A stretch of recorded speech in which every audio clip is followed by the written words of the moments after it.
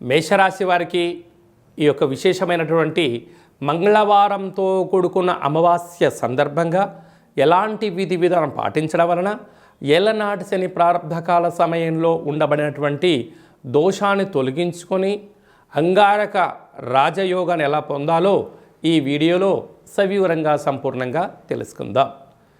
మేషరాశిలో ఏ నక్షత్రాలు వస్తాయనగా అశ్విని నక్షత్రంలోని 4 పాదాలు, భరణి నక్షత్రంలోని 4 పాదాలు, కృత్తికా నక్షత్రంలో 1 పాదం కలిపితే మేషరాశి.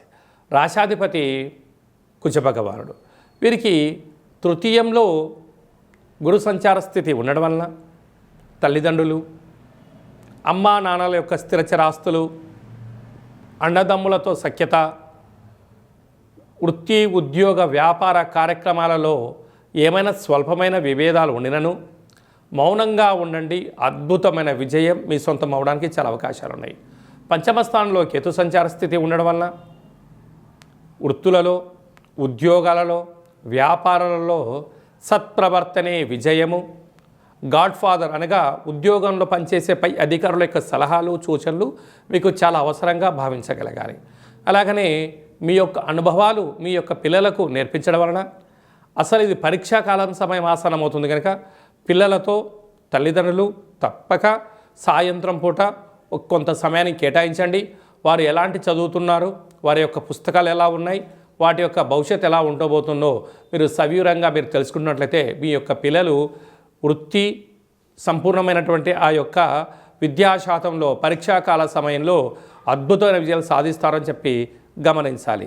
రాజ్యస్థానంలో కుజుడు ఉండడం వలన భూములు, క్రయ విక్రయాలు అంటే సర్వేలు, ప్రభుత్వ ఉద్యోగస్తులు, ప్రైవేట్ రంగంలో ఉండబడిన వారికి స్వల్పమైనటువంటి ఒడిదొడుకులు ఉన్నాయి కనుక పెద్దగా ఇబ్బంది పడనక్కర్లేదు. ఏకాదశి స్థానంలో చతుర్గ్రహ సంచార స్థితి.